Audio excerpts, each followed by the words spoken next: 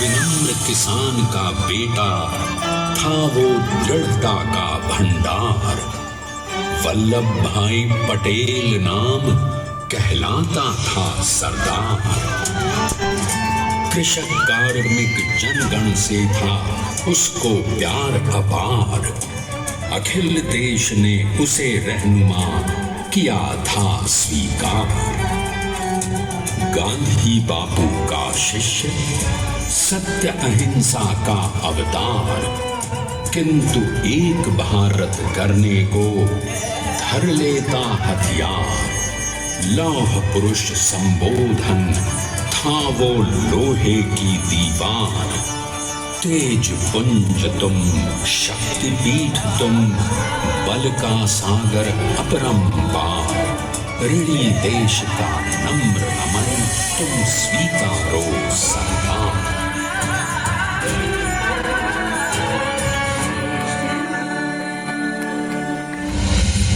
1857 में अंग्रेजों को ललकारने वाले पहले स्वतंत्रता संग्राम के एक सक्रिय सिपाही थे झवेर भाई पटेल। करमसद गांव के इस बहादुर देशभक्त किसान और उनकी पत्नी लाडबाई के 5 बेटों और 1 बेटी में से चौथे पुत्र थे वल्लभ भाई। बालक वल्लभ ने करमसद के बाद नडियाद से अपनी हाई स्कूल की शिक्षा पूरी की। फिर 13 साल की उम्र में उनकी शादी भी हो गई छोटी सी झवेर बाई से। 2 बच्चों, बेटी मणिबेन और बेटे डाया भाई को जन्म देने के बाद झवेर बाई असमय ही चल बसी। सदी बदलने और 20वीं सदी आने पर उनका जीवन भी एक चमत्कार की तरह बदला। पीटर का इम्तिहान पास करके वो वकालत करने लगे। पहले गोधरा, फिर आणंद और उसके बाद अहमदाबाद में।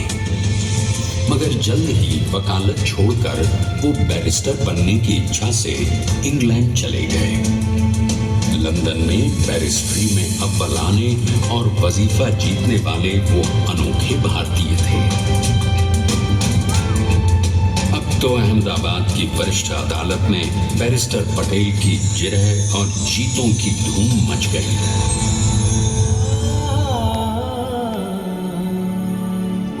तभी एक युग पुरुष ने वल्लभ भाई के जीवन की धारा ही बदल दी। दक्षिण अफ्रीका में सत्याग्रह के अहिंसक अस्त्र से गोरे शासकों को सबक सिखाकर भारत वापस आए बैरिस्टर मोहनदास करमचंद गांधी से मिलकर वल्लभ भाई ने अपने कुछ बरसों से सीखे विदेशी व्यवहार और संस्कार हमेशा के लिए त्याग दिए और अब वो अपने खेड़ा के किसानों को हक दिलाने के लिए बापू के साथ आंदोलन में कूद पड़े। अब उनके पैरों में जूते नहीं, गांवों की धूल थी। हृदय में भारत भूमि की शस्य श्यामला धरती, मन में थे गांधी और मस्तिष्क में एक नए स्वतंत्र भारत का सपना।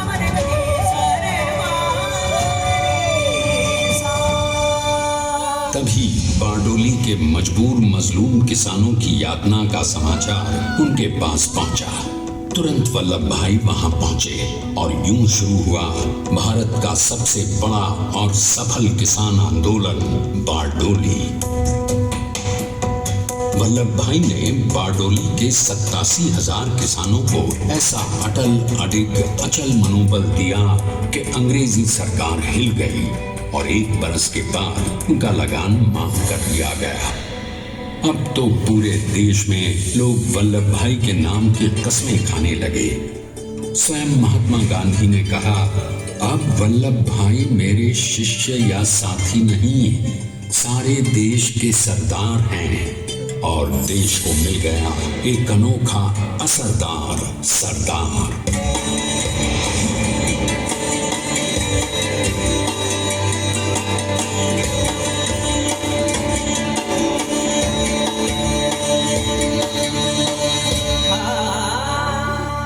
सरदार पटेल के नाम और देशभक्ति से अंग्रेज डर कर कांपने लगे। 1930 के नमक सत्याग्रह और दांडी कूच में वो बापू से भी पहले गिरफ्तार किए गए। तो सन 1932 में फिर उन्हें बापू के साथ ही जेल में 2 सालों के लिए डाल दिया गया। मगर आजादी के दीवानों को, स्वतंत्रता के परवानों को कौन गिरफ्तार कर पाया है। जेल से छूटते ही सरदार को कांग्रेस के नए राष्ट्राध्यक्ष पद पर चुना गया और उनकी सरपरस्ती में राष्ट्रवादी भारतीयों ने तमाम ब्रिटिश सूबों में जीत हासिल कर वहां अपनी स्थानिक सरकारें बनाई। किंतु सरदार का सपना केवल सरकार बनाना नहीं था। उनका स्वप्न तो था एक ऐसे नए भारत का जहां हर रंग, हर रूप, हर जात, मजहब, तबके का हिंदुस्तानी एक साथ मिलकर एक ऐसा नया भारत बना सके जहां पूर्ण स्वराज के साथ सारे समाज को गरीबी, अशिक्षा, छुआछूत से भी आजादी मिल जाए। इसकी पहली रणनीति थी भारत को अंग्रेजों की गुलामी से आजादी, ताकि भारत के लोगों की अपनी सरकार सबके साथ और सबके विकास के लिए काम कर सके। बापू की अगुवाई में अब देश ने अंग्रेजों को अंतिम चेतावनी दे दी, करेंगे या मरेंगे, क्विट इंडिया, अंग्रेजों भारत छोड़ो। बस फिर क्या था, संघर्ष की रणभेरी बची।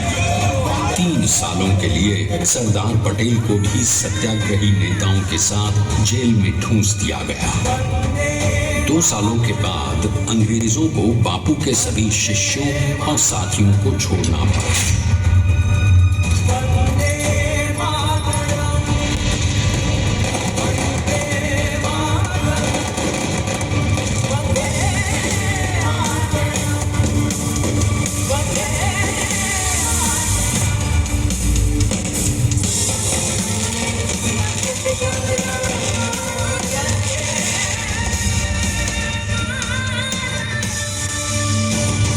स्वतंत्रता के स्वप्न के सच होने के साथ अब सरदार पर कई एक नई जिम्मेदारियां थीं। आने वाली आजादी की तैयारी और एक नए भारत के लिए नए लोकतांत्रिक संविधान की संरचना। जैसा उनके साथी ने खुद कहा था, सरदार ने ही छेनी हथौड़ी लेकर एक नए भारत को उकेरा है।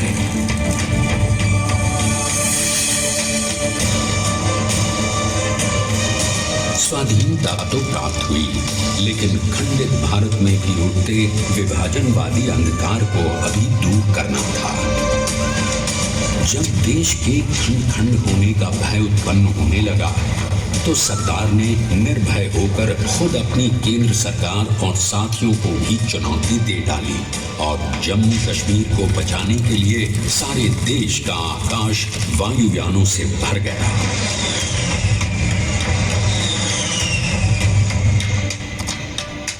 और फिर हैदराबाद और जूनागढ़ के भारत में विलयीकरण को पाकिस्तान से चुनौती मिली। सरदार चाहते थे कि देश की 1 इंच धरती अब और विभाजित नहीं होनी चाहिए। नए भारत को एक करने के लिए समझा बुझाकर मना कर 565 रियासतों को सरदार ने अपनी सूझबूझ सदाशयता संबल से एक नए स्वतंत्र भारत का अभिन्न अंग बना लिया। हमारे इतिहास में अखंड भारत के पुरुषार्थ का ये एक महानतम अध्याय है।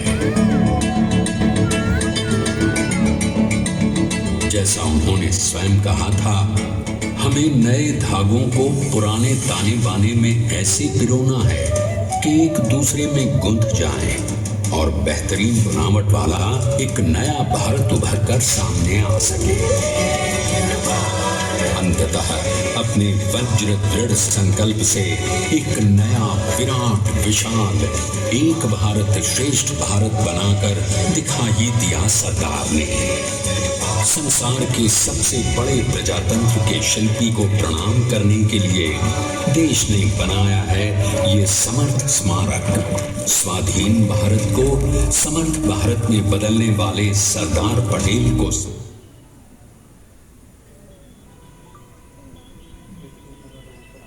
मोदी के नेतृत्व में बनी विश्व की इस विशालतम प्रतिमा के सामने आकर सारी दुनिया जैसे स्वयं भी नतमस्तक हो जाती है।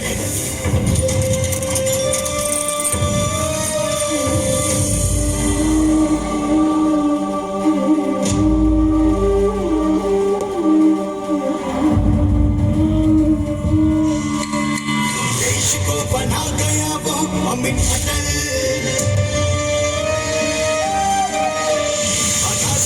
उसे न कोई शत्रु दल। चट्टान के समान सा पुरुष प्रबल, तो स्वदेश का सम्मान है। पटेल तो स्वदेश का सम्मान है। पटेल तो स्वदेश का सम्मान है। पटेल तो स्वदेश का सम्मान है।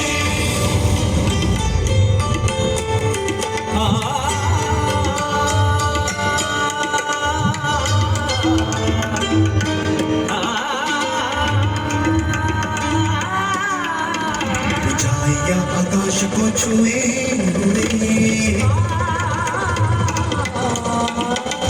गहराइयां समुद्र की लिए हुए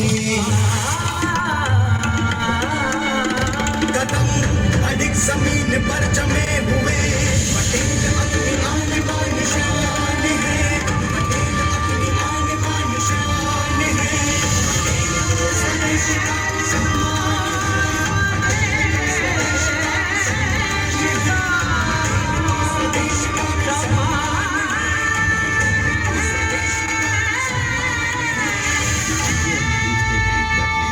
पुरुष को श्रद्धांजलि देती 182 मीटर ऊंची विश्व की सबसे विशालकाय प्रतिमा का निर्माण कैसे हुआ।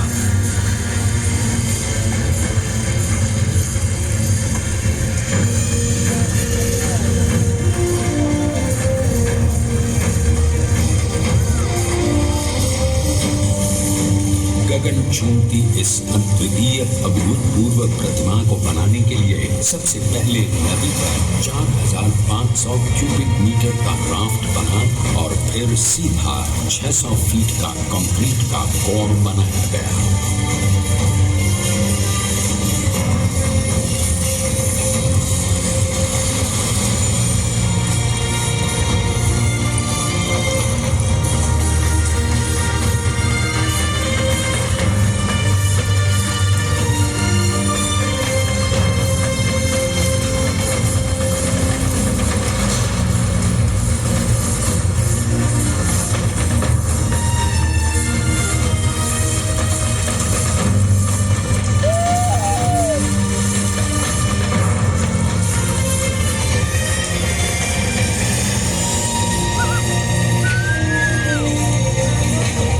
इस कंक्रीट कोर के साथ लगाया गया स्टील का फ्रेमवर्क।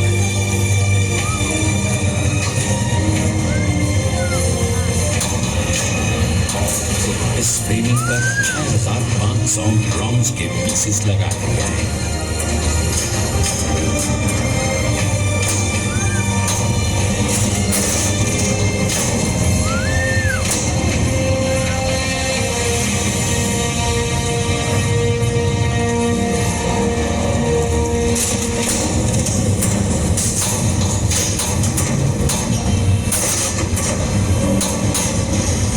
सोचिए कि 182 मीटर ऊंचे इस भव्य भव्य स्मारक के निर्माण में कितना सामान और मेहनत लगी होगी।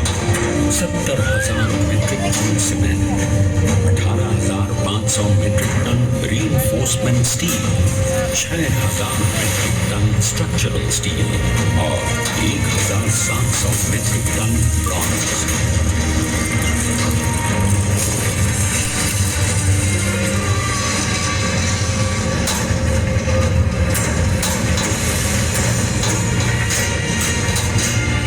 स्टैच्यू ऑफ यूनिटी आज एक वर्ल्ड आइकॉन है और इसे मुमकिन बनाने में एक सेकंड भी ब्रेक किए बिना देश भर की टीम्स ने 24/7 काम किया। 250 से ज्यादा इंजीनियर्स, 4,500 से ज्यादा स्किल फोर्स और कई लाख मानव दिन। हम गर्व से कह सकते हैं कि कुल मिलाकर स्टैच्यू ऑफ यूनिटी के निर्माण में 95% मान सामान, मजदूर, इंजीनियर्स और एक्सपर्ट्स थे भारतीय। जानते हैं कि 182 मीटर ऊंची इस भव्य प्रतिमा को बनाने में कितना समय लगा? डिजाइन के लिए 12 महीने और निर्माण के लिए 34 महीने, यानी कुल मिलाकर केवल 46 महीने।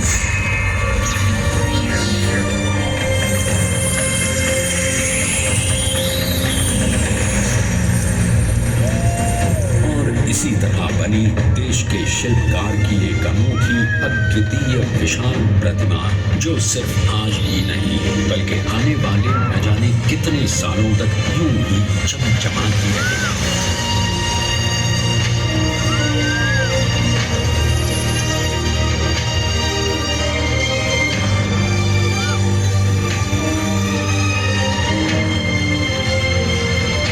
महीनों तक लगातार बिना रुके एकजुट होकर न जाने कितनों ने परिश्रम किया और उनका साथ दिया भारत की 125 करोड़ जनता।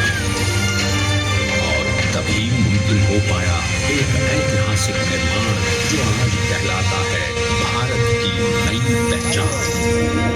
स्टैच्यू ऑफ यूनिटी, विश्व की सबसे ऊंची प्रतिमा। सरदार ने अपनी गंभीरता, शालीनता और दूरदर्शिता से भारत को संगठित करने के असंभव कार्य को संभव कर दिखाया। आइए आज हम सब उन्हीं की महिमा में विश्व के सामने एक उदाहरण रखें, क्योंकि ये ही भारत को श्रेष्ठता के मार्ग पर ले जाएगा। हमारा कर्तव्य ये है, हमें निश्चय कर लेना चाहिए कि हमें हिंदुस्तान में जितने लोग हैं सबको मिल के भाई भाई की तरह के रहना है। स्टैच्यू ऑफ यूनिटी एकता की प्रतिमा और श्रेष्ठता का प्रतिबिंब है। एक पहल है इस अखंड भारत को श्रेष्ठ भारत बनाने के सपने को पूरा करने के लिए। एक पुकार है हम सबको एकजुट होने के लिए। एक आंदोलन है भारत को सबसे आगे ले जाने के लिए, श्रेष्ठ बनाने के लिए।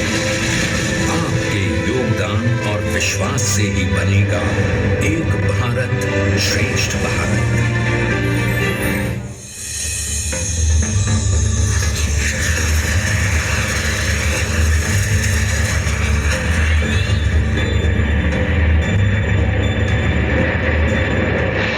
Please stand up for the national anthem.